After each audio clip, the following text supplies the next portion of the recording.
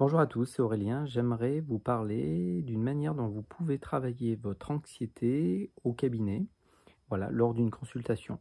Le stress et l'anxiété, d'une manière générale, nous collent à la peau. Et quand on en souffre, on pense que c'est pour toujours. Effectivement, si on ne change rien à notre vie, eh bien cette anxiété risque d'être là. Ce stress risque d'être là. Et finalement, d'où vient ce stress, cette anxiété? Et puis, on va pas se mentir, parfois de la peur aussi reliée à cette anxiété.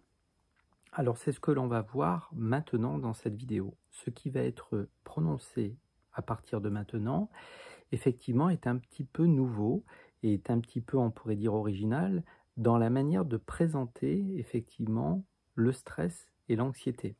Donc, et c'est important de le dire, ça fait partie du cadre éthique et déontologique d'un praticien. Il ne vous emmènera pas à travailler une problématique d'une manière que vous n'avez pas décidé. Ça fait partie de la position thérapeutique basse qui est utilisée, on va dire, dans les thérapies brèves, qu'on utilise beaucoup en hypnose d'une manière générale.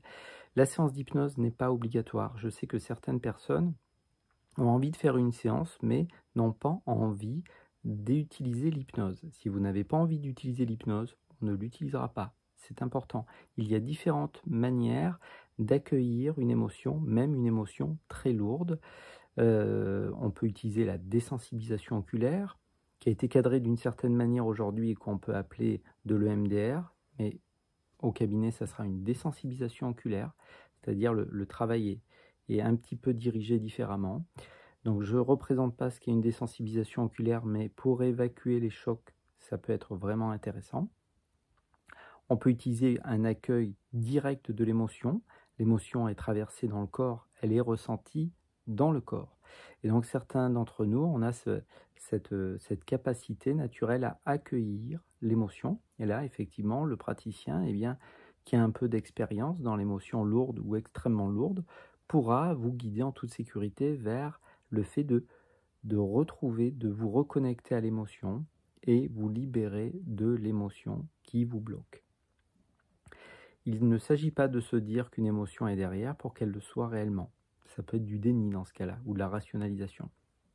Alors qu'en réalité, le passé souvent a une empreinte sur nous si c'est chargé émotionnellement. Les compréhensions mentales ont leur place, sinon je ne ferais pas ces vidéos, mais, et c'est important de le signaler, ce n'est vraiment, en tout cas c'est ce que l'on pense, lorsqu'on travaille, on va dire l'émotionnel, l'exploration émotionnelle, c'est en traversant l'émotion, c'est-à-dire en se reconnectant à la colère, la tristesse, la peur, la rage, la haine, le dégoût, l'humiliation, c'est en revivant ça pleinement, et ça dure souvent que quelques secondes, que bien souvent une compréhension émerge. Aujourd'hui, on parle de l'intelligence émotionnelle. Donc, effectivement, ce stress, d'une manière générale, ce malaise ambiant, peut venir de notre passé, de certains pans du passé. C'est pour ça que l'hypnose est toujours une bonne idée parce que ça permet effectivement de retrouver, on va dire, des blocages assez inconscients, mais ce n'est pas une obligation. Certaines personnes arrivent vraiment à se libérer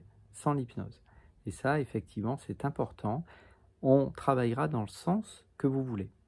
Alors, effectivement, dans cette vidéo, on va plutôt axer la deuxième partie de notre vidéo sur ce que l'on peut appeler le futur. Ce fameux futur qui est chargé de stress, d'anxiété et on ne va pas se mentir, de peur.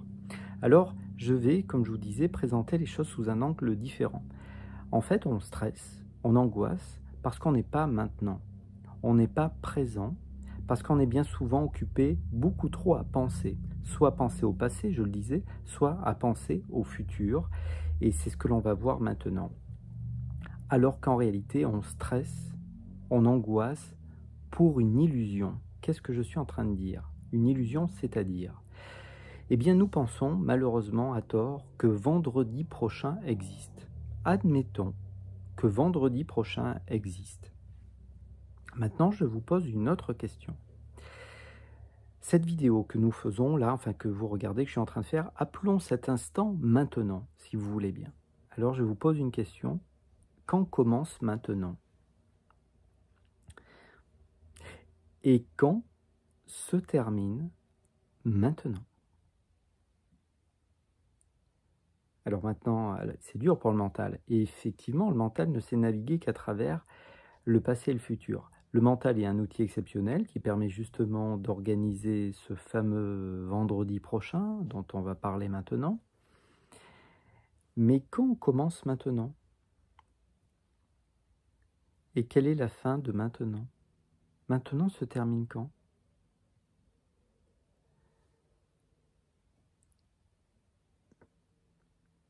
Ah mais tu plaisantes ou quoi? Quand j'aurai fini cette vidéo, je vais faire autre chose? Oui, mais quand vous ferez autre chose après cette vidéo, pour vous, ça sera bien maintenant. Dans quelques heures, à un moment donné, vous allez vous coucher. Ce moment où vous allez vous coucher et vous allez vous endormir, ça sera maintenant pour vous. Et quelques heures plus tard, quand vous vous réveillerez, le lendemain matin, en ayant bien dormi, je vous le souhaite de tout cœur, ça sera maintenant pour vous. Le prochain repas que vous prenez, ça sera maintenant. Et le moment où vous vous réveillerez demain matin, encore une fois, regardez bien, pour vous, ça sera maintenant et ça sera beaucoup mieux pour être à l'heure à votre rendez-vous, vous occuper de vos enfants, être au travail. Donc vendredi prochain n'arrivera jamais, parce que quand vendredi prochain arrivera, ça sera maintenant. Et le problème, c'est pas d'avoir un peu pensé à vendredi prochain pour organiser l'enjeu éventuel qu'il y a vendredi prochain. C'est qu'une fois que c'est fait, il faut peut-être en urgence se redéposer dans le réel. Et la première chose qui se présente dans le réel, c'est le corps. C'est maintenant. C'est peut-être là où il y a de la sécurité. Parce qu'effectivement, si vous courez une illusion à travers vos pensées, alors le stress et l'anxiété vont monter fort. Donc encore une fois, eh bien, une fois que j'ai prévu les événements que j'ai prévus, eh bien, en urgence, peut-être certains d'entre nous, eh bien, on sent qu'il faut s'installer dans l'instant, dans maintenant. Un instant qui n'a ni début ni fin, si vous regardez bien.